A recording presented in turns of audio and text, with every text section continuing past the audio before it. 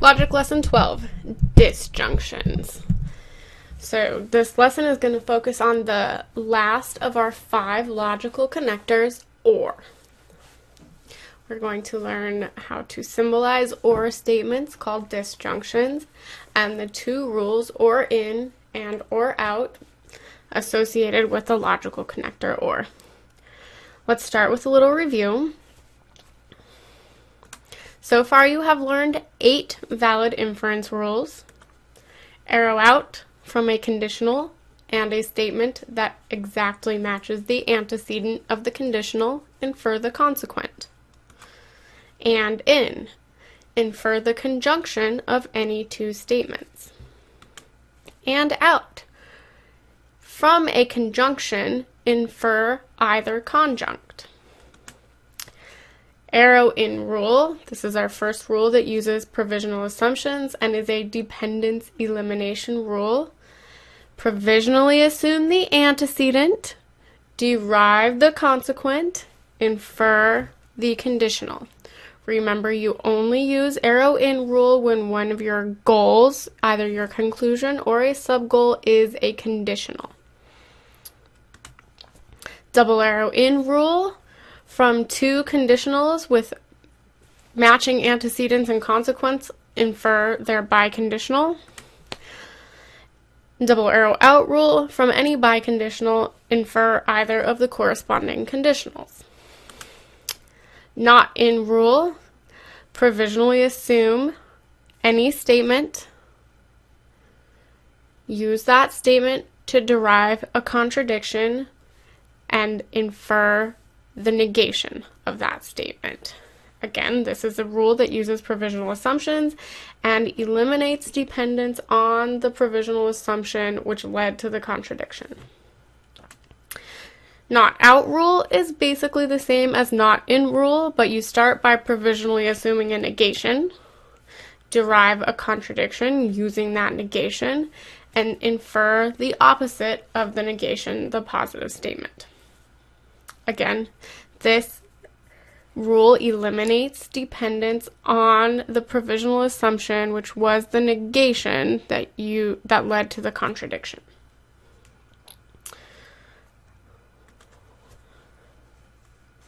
So now for the new material, disjunctions. Disjunctions are statements where 2 smaller statements are connected with the logic word or synonyms for or. We symbolize the logic word or with the wedge symbol or the lowercase v. Disjunctions are statements where 2 smaller statements are connected with the logic words or synonyms for or.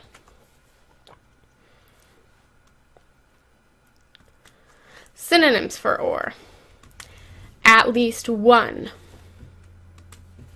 Either, usually combined with either or, but sometimes standing on its own.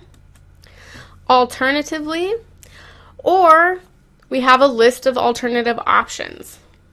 If you have a list of alternative options, there's sort of an implied or between each of those options. Can you think of other synonyms for or? I'm sure there are more out there. I'll be interested to see if you can come up with any.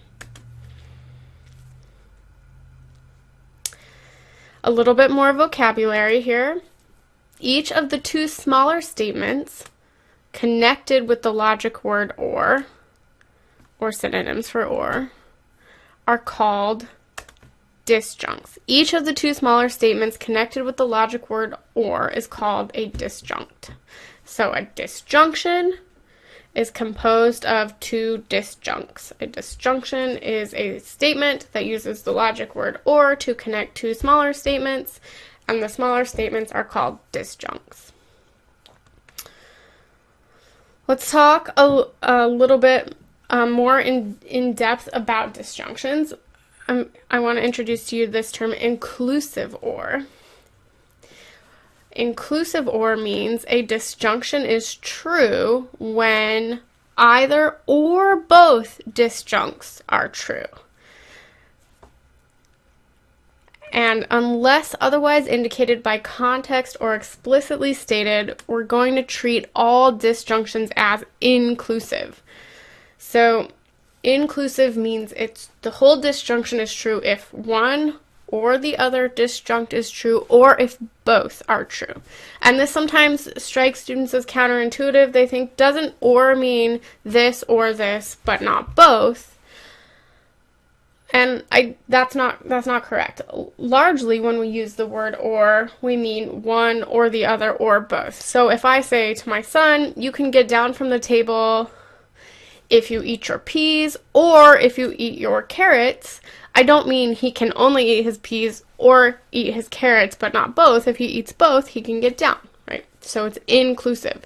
It's a true statement when either disjunct or both are true. Another example, we might say, in order to graduate, a philosophy major has to take epistemology or metaphysics. They have to take one or the other or both. We're not going to prevent them from graduating if they take both classes. So normally, disjunctions are inclusive. They're true when either disjunct or both is true.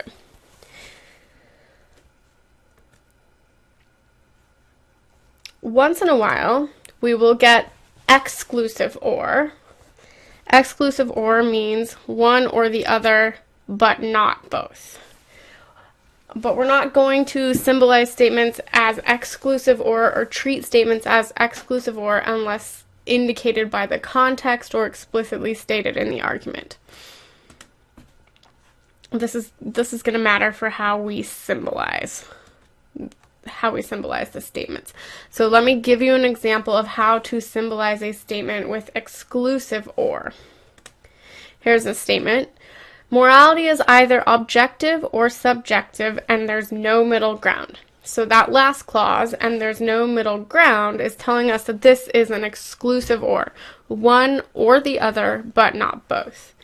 And so when we symbolize it, we want to capture that but not both part. So an exclusive or is actually symbolized as a conjunction. Either morality is objective or it is subjective, and it is not the case that it is both objective and subjective. One or the other and not both. So exclusive ors are symbolized in this way. One or the other and not both.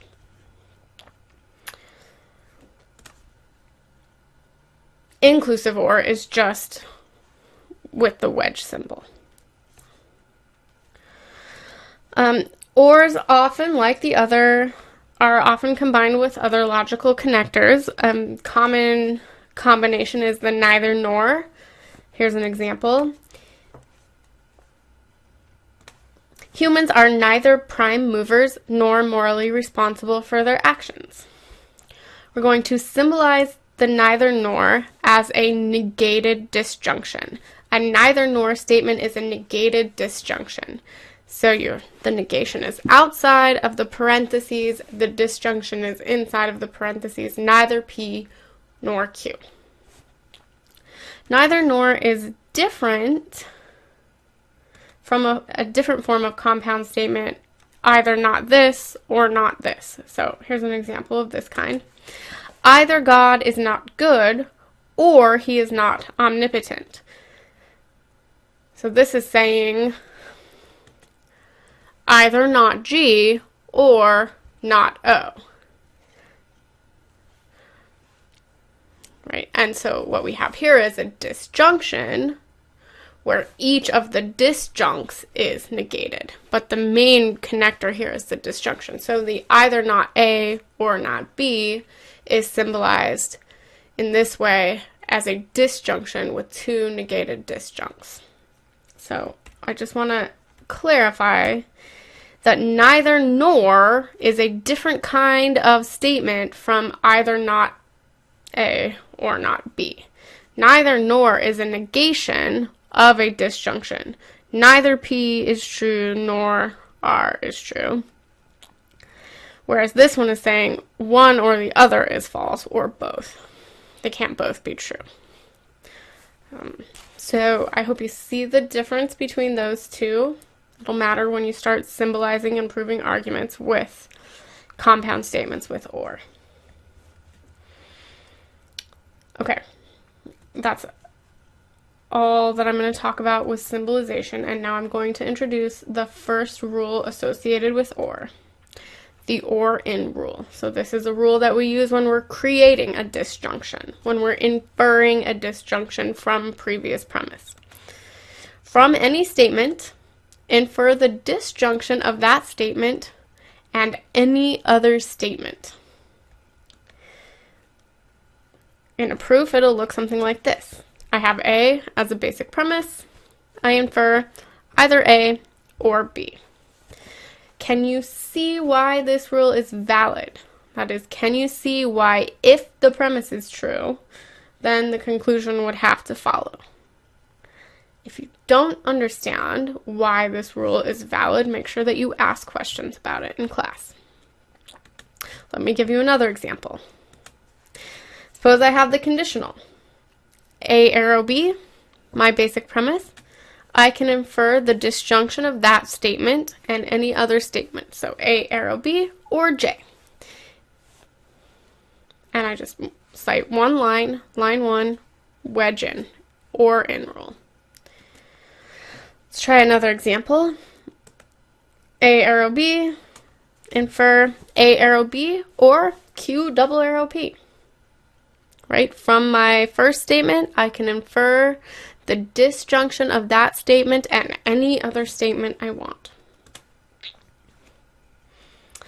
From any statement, infer the disjunction of that statement and any other statement. So this rule often strikes people as strange. It is. It's a little strange. Here's a strange example of a valid application of the rule. From the statement, the sky is blue, I can infer either the sky is blue, or if all elephants are pink, then soda cures cancer and Santa is married to the Easter Bunny. From S, infer S, or if E, then C and B. Okay, yeah, so weird. It seems very weird. I can infer the disjunction of that statement and any other statement? That's weird. And why? Why would I do that? So I understand if the rule strikes you as strange, but we do use this kind of reasoning, I think, fairly regularly in everyday life. We use it for coming up with different options. So suppose you and your friends are trying to figure out what to do for the weekend. One friend says, look, we could go to the movies. And another friend says, yeah, we could go to the movies, or maybe we could go out for dinner, or maybe we could drive to Iowa City. Right? You're just coming up with different options. We could do this, or this, or this. And in that context, the rule doesn't seem as strange. Another way that we use this type of reasoning is when we're offering alternative explanations. So why is it something this way? Maybe it's this way because of this, or maybe it's this way because of this. So considering different explanations for the same sort of phenomenon would be an example of using or in. And it may be one of the most creative logic rules insofar as it allows us to do some out-of-the-box thinking, some creative thinking, coming up with different alternatives, different options that aren't already listed among our basic premises. So yes, it's strange, but it is a form of reasoning that is useful for problem solving, creative thinking. An interesting factoid that kindergartners are better at this kind of reasoning than adults. A 5-year-old is really good at saying, oh, what about this? Or what about this? It could be this, or it could be this. And adults, less good at that. So that's it. That's all for wedge in rule. Let's move on now to or out, or wedge out rule. Or out rule. From a disjunction, and two conditionals that have the same consequence, where the antecedent of one of the conditionals matches one of the disjuncts and the antecedent of the other conditional matches the other disjunct, you can infer the consequent of the conditionals. Okay, that's confusing. Let's just look at an example. It'll become much more clear. So from a disjunction, so here I have as my first basic premise, P or Q, a disjunction, and two conditionals, P arrow R, Q arrow R, where the conditionals have the same consequent, R, R, and the antecedent of one conditional matches one of the disjuncts, so P matches P, and the antecedent of the other conditional matches the other disjunct, Q, Q, you can infer the consequent of the conditionals. So notice the justification column here. We have to cite 3 lines. We have to cite our disjunction, line 1, and each of our conditionals, line 2 and line 3. Right? And to apply the wedge out rule, it has to be exactly this setup. The consequents are identical and the antecedents are exactly the same as the disjuncts of the disjunction. Let me give you another example. Here's our disjunction, X and Y or B.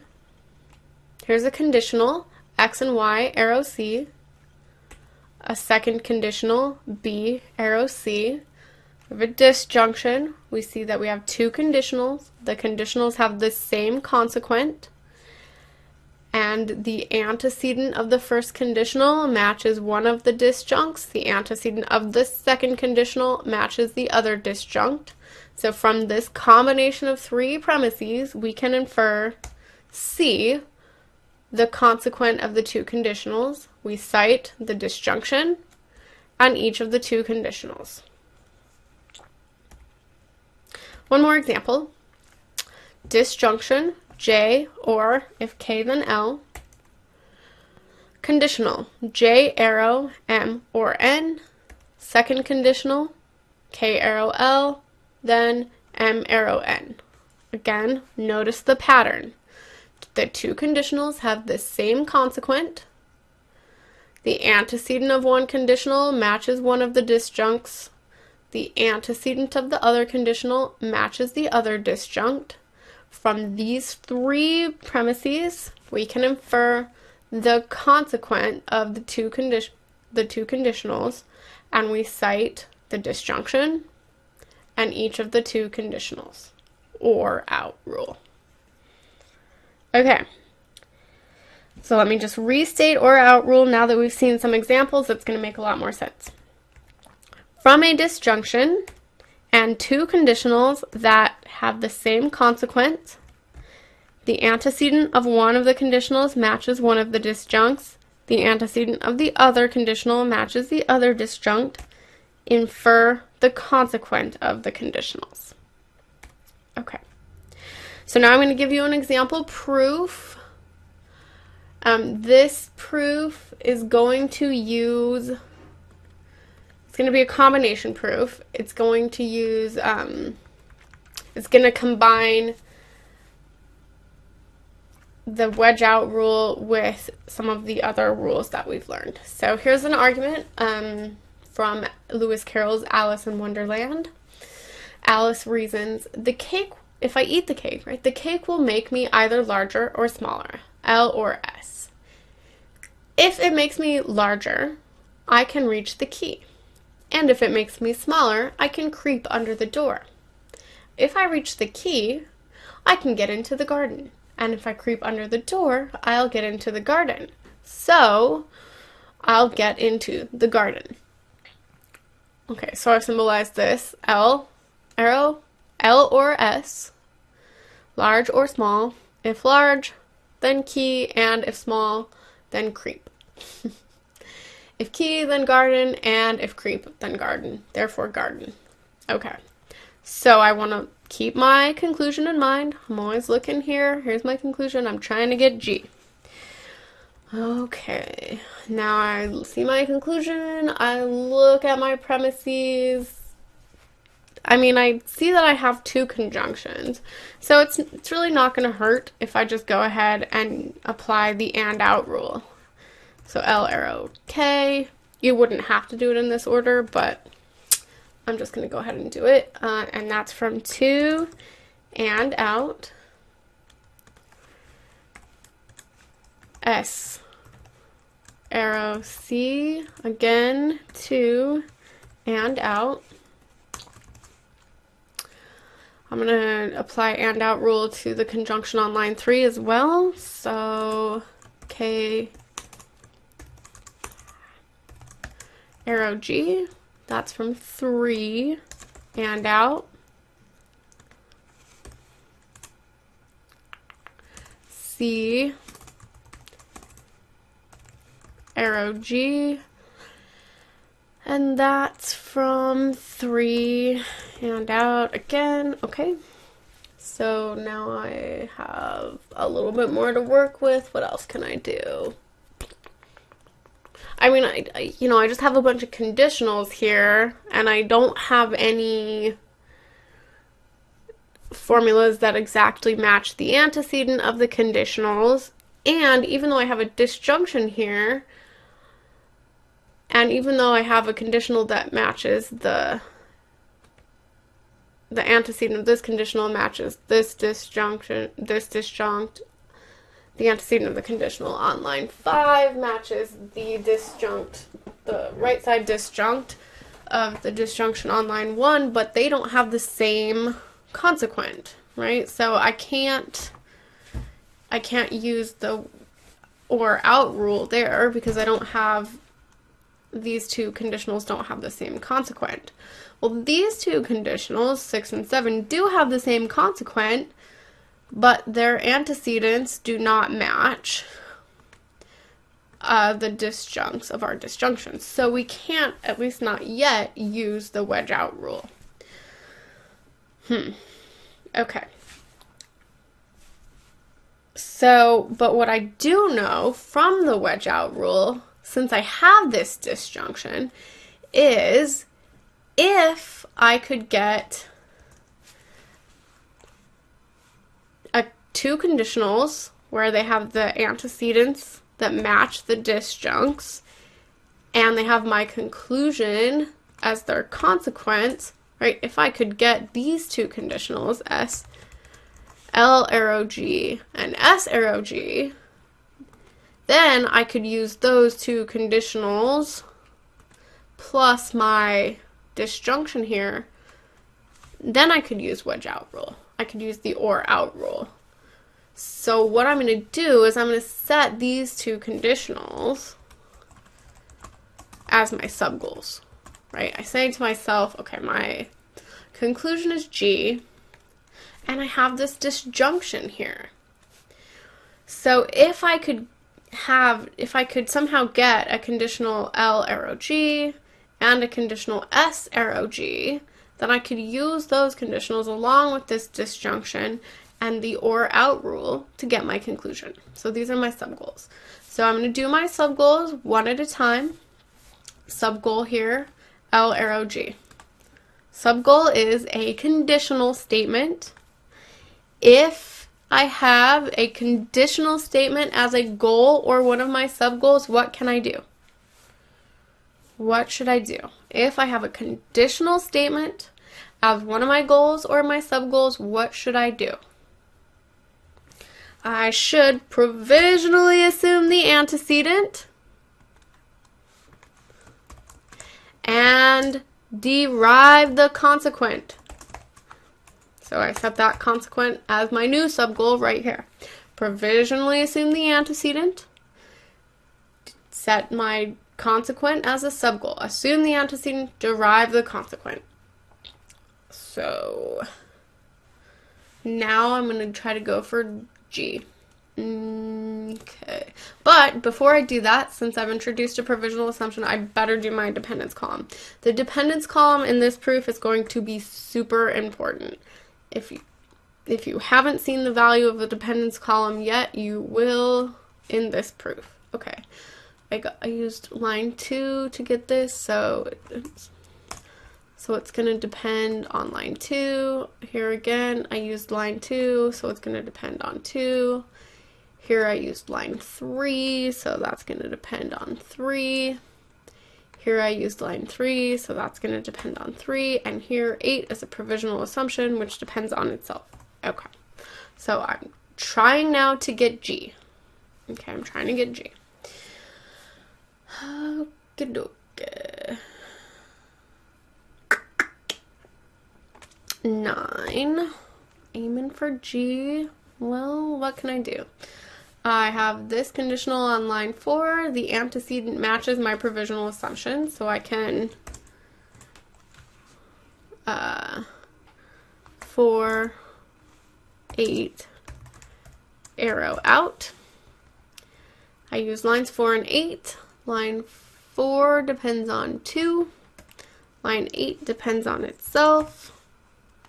Okay, so now I have K, which matches the antecedent of this conditional, which is going to let me get G, my subgoal. Woohoo! So I've got my subgoal. That's from 6, 9, arrow out. And this depends on, I used line 6, which depends on 3, and line 9, which depends on 2 and 8. Okay, so now you're probably like, wait a minute, that's our conclusion. Aren't we done? We got our conclusion. Proof done. But what we have to pay attention to is the dependence column, and you'll see that this G here depends on line 8, right?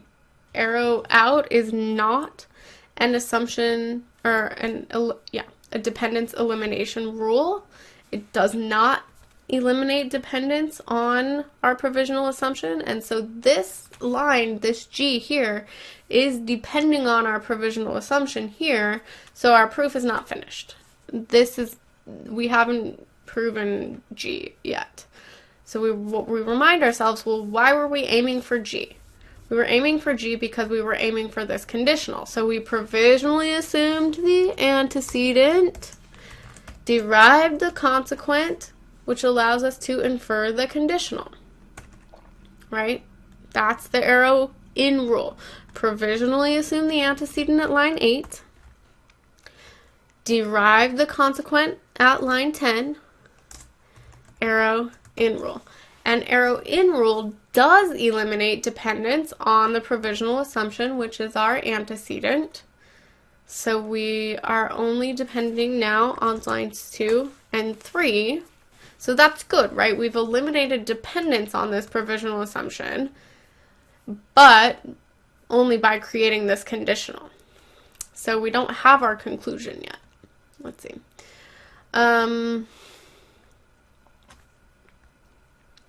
So we've got this subgoal, right? We're going to check it off. Yes, we got it. Good. Let's check it off. Let's check this one off too. We got it.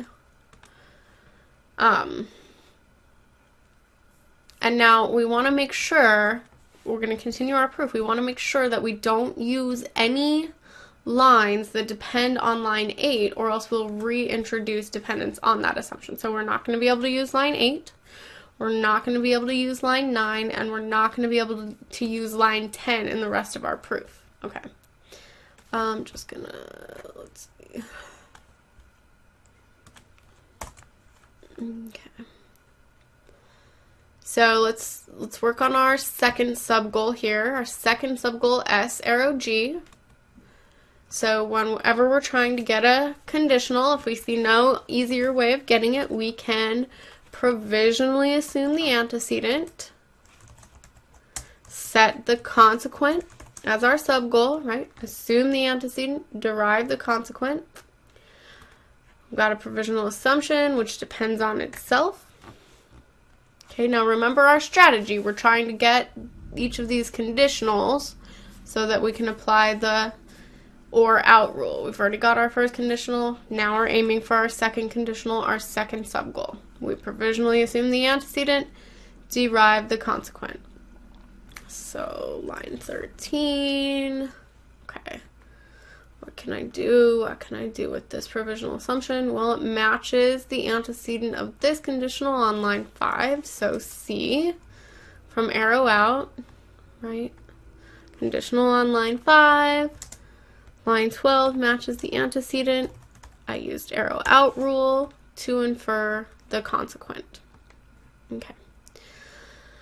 So line 13, I used 5 and 12. Line 5 depends on line 2, so 2, and line 12 depends on itself, so 12. Okay. Oh, now what do we do? Line 14. Okay, so I have C. Oh, line 7 has a conditional with C for the antecedent, so I can get G, which is good because that's my new subgoal that I'm working for. I got this subgoal, so why was I working for this subgoal? Well, first of all, let me write how I got it. So C, so line 7, 13, arrow out. Okay, so I used line 7, which depends on line 3. And I used the line 13, which depends on 2 and 12. Okay, so again, I have G, which is the conclusion, but my proof is not done. I can't stop here because this G on line 14 depends on line 12, and line 12 is a provisional assumption, right? The arrow out rule does not eliminate dependence on my provisional assumption. Why did I make this provisional assumption? Because I was trying to get this conditional, so I assumed the antecedent, line 12. I derived the consequent, line 14. So 12 through 14, arrow in. Arrow in rule is an elimination, a dependence elimination rule. It's going to eliminate dependence on the provisional assumption, which is our antecedent here. And since we used line 12 through 14 and 12 through 14 depend on 2, 3, and 12, but we've eliminated dependence on 12. We just got 2, 3 here. Okay, so good. Now we have our second subgoal. Well, we have this subgoal, which was the consequent. And then we inferred the conditional. So that was our second subgoal. So we cross that off. Now we remind ourselves, oh, we better, let's see. We remind ourselves, why were we getting these conditionals? Why did we set those as our subgoals? Because we saw that we have this disjunction.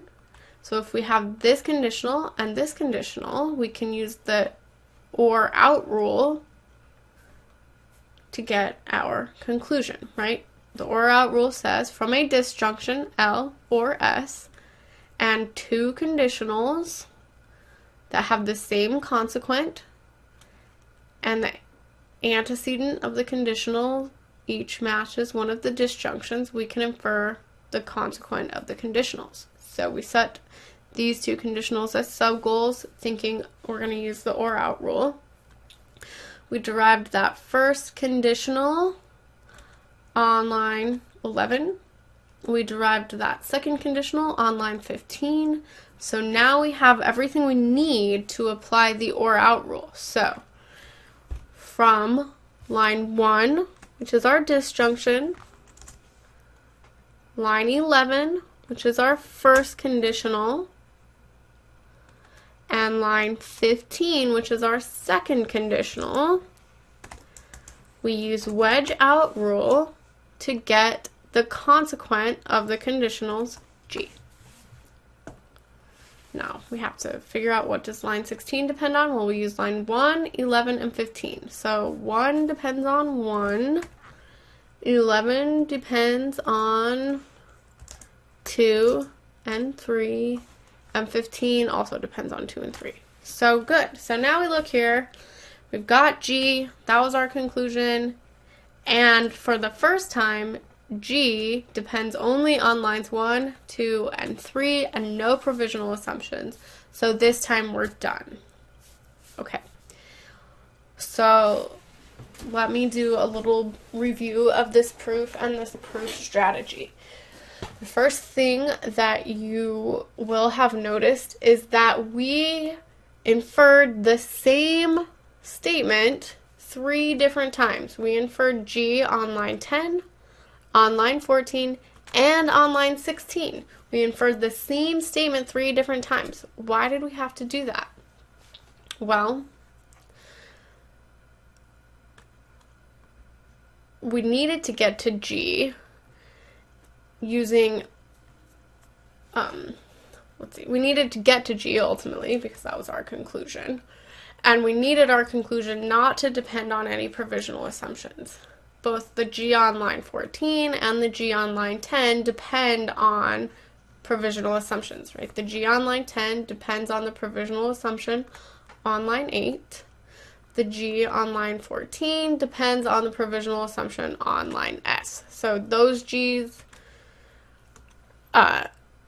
being dependent on provisional assumptions are not the end of the proof, even though they're the conclusion we're going for. We had to infer those G's, though, because they were the consequent of the conditionals that were our subgoals. Okay, so you see the importance of the assumption dependence column. It lets us know that we're not done. Even though we have our conclusion here, we're not done because it still depends on a provisional assumption. Even though we have our conclusion here, we're not done because it still depends on a provisional assumption. We have our conclusion here, we are done. It doesn't depend on a provisional assumption. Now let's think about the strategy, because this is a common strategy. If you have a disjunction, you can set as subgoals the 2 conditionals which have the disjuncts as their antecedents and your conclusion as their consequence. And then if you can derive those conditionals using the arrow in strategy, you will be able to apply the or out rule to get your conclusion. So this strategy is listed on your proof strategies handout. If you see a disjunction among your basic premises, you can set as subgoals the 2 conditionals that have disjuncts as their antecedent and your goal as consequent, and then derive each of those conditionals. When you do that, you will end up deriving the same statement, the consequent of these conditionals, 3 different times. The first time to get your first conditional, the second time to get your second conditional, and finally to get your conclusion that's independent of your provisional assumptions. So keep that proof strategy in mind. It's called wedge out or out strategy, because it will be used in other proofs. You probably see it on the logic exam. I will place this example proof on Blackboard, and if you have questions about it, be sure to ask. Okay.